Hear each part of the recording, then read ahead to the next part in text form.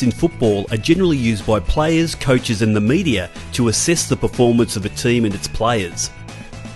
Statistics can be recorded for many actions by the team and its players. For the purposes of your lesson, you'll be recording statistics on the number of kicks, attempts on goal, goals scored and goalkeepers' saves. Here are some examples of the statistics you'll be taking.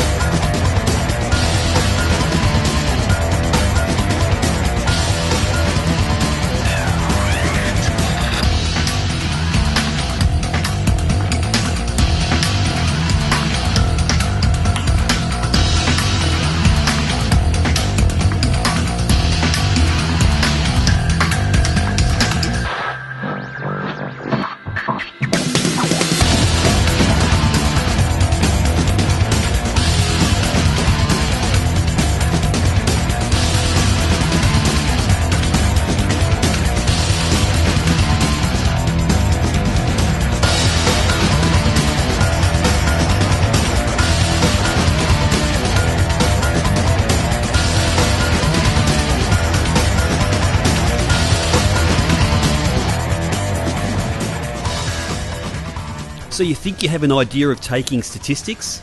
Well, let's see how accurate you are. For the next 10 minutes, you'll be watching a World Cup qualifier between Australia and Japan. You and your team are to use the statistics sheet provided to record the kicks, attempts on goal, goals scored and goalkeeper saves. To help with accuracy, it might be a good idea if each member of your team is responsible for collecting one statistic. If you're familiar with the players, record the statistic next to the player's name. Otherwise, record the statistic for the whole team. Now it's time to take some statistics. Let's see how accurate you are. Work together and concentrate and compare your statistics sheet with the solution the teacher has at the end of the exercise. Good luck. So the Battle of the Asian Heavyweights is underway. Will the speed and mobility of Japan hold sway? Or can Australia's spirit and professionalism win through Andy Harper? Yeah, good evening, Simon. Well, it's going to be fascinating to see which way indeed this game goes and which expected trend comes to the fore. I think Japan's mobility, their quality, all spoken about at length. There's perhaps an early chance for the Socceroos. Launched towards Luke Wiltshire, who knocks it into a danger zone where Brosk was, David Carney, and he shanked it wide. Well, a very, very promising opening just 30 seconds into the game. It just fell to exactly the wrong right foot in David Carney. Beautiful left foot. His right foot is more for getting on buses, as goes the common saying. And Japan survive early. Big leveler tonight, Simon, is the quality of the playing surface. Fantastic stadium here in Brisbane. Very poor playing surface, which you would imagine will file back the Japanese edge just that little bit. And official complaints made this week by the Japanese as to the playing surface. Not a lot the Australians can do about it. They've coughed up a free kick here, the green and gold. Vital that Australia handle the movement, the front four in particular, but watch out too for the forward forays of the two fullbacks. Uchida on the right, Nagatomo on the left. Keisuke Honda, the conductor of the Japanese side, taking the free kick short, and he's on the ball again here with a shock of blonde hair. Yasuhito Endo. He and Honda getting in each other's way. This is Kono. Through it goes, looking for Okazaki, but Kai just lets it run behind. Goal kick. Some early signs for both teams of the nerves which come from a game of this stature. David Carney just shepherding that one out for a goal kick, but just 30 seconds in, it's a brilliant opportunity for Australia.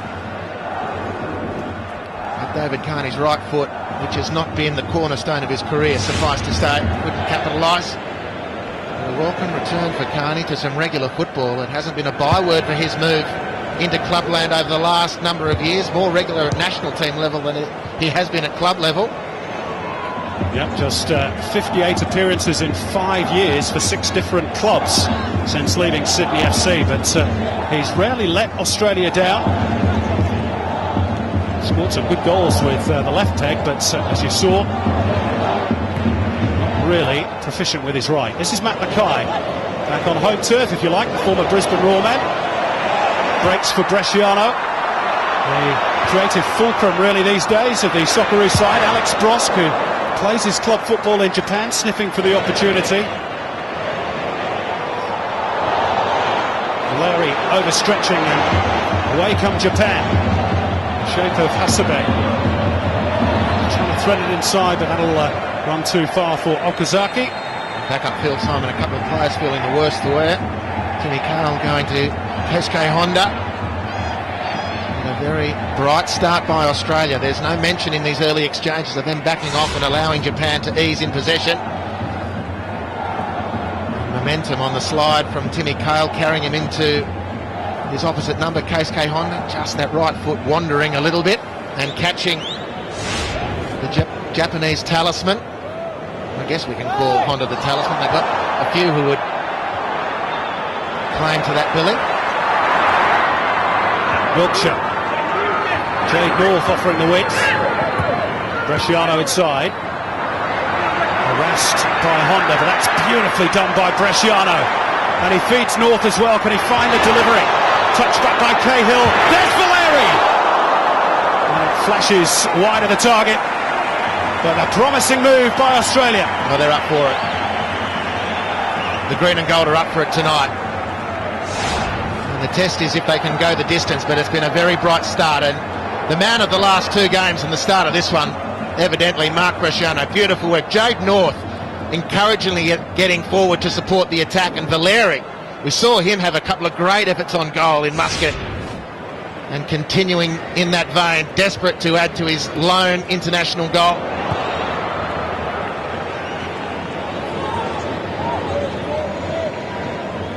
Well, 2 good early openings for the green and gold in the opening 5 minutes. Maybe they've been stung by some of the criticism received during the week. Not everybody was impressed with that goalless draw in Muscat.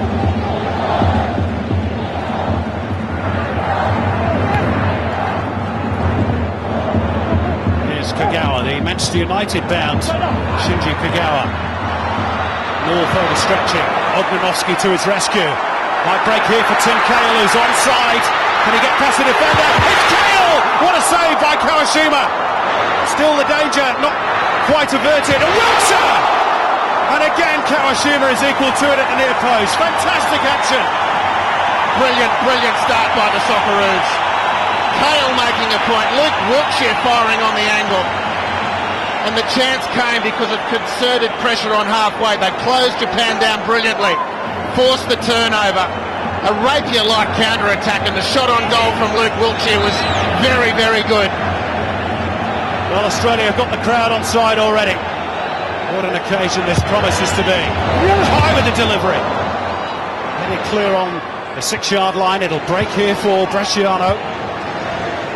Wiltshire. Oh, it was a long way out. He got good contact. Just not the direction. They really fancy it here, Australia. You just get the sense of that, Hearts. But it's a brilliant piece of work from Timmy Cahill. Just you fancy half a yard either side of Kawashima in the goal, and Australia would have taken the advantage. As it was, he had to force a good effort, and the repechage from Lukey Wiltshire, and that needed saving. Already, just 6 minutes in, Japan's defence. Now Kagawa's touch at the other end. Here's Shinji Kagawa.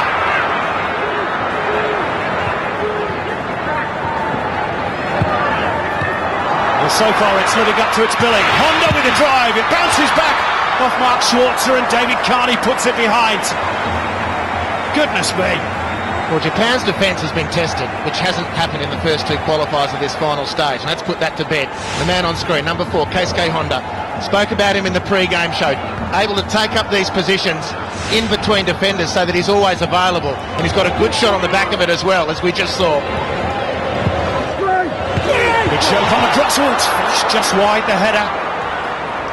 Shinji Okazaki, who scored 28 international goals in just 53 appearances, and he wasn't too far away from number 29 there. Well, the national team of Australia, as well as they've started going forward, they've got to be tighter than that defending.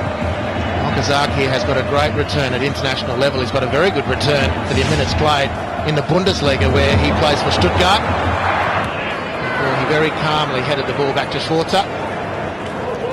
It's a good leap there by Tim Cahill, using his infamous timing to hang in the air. It's Japan coming forward though through Shinji Kagawa. Cross comes in from Uchida, only partly cleared by Bresciano.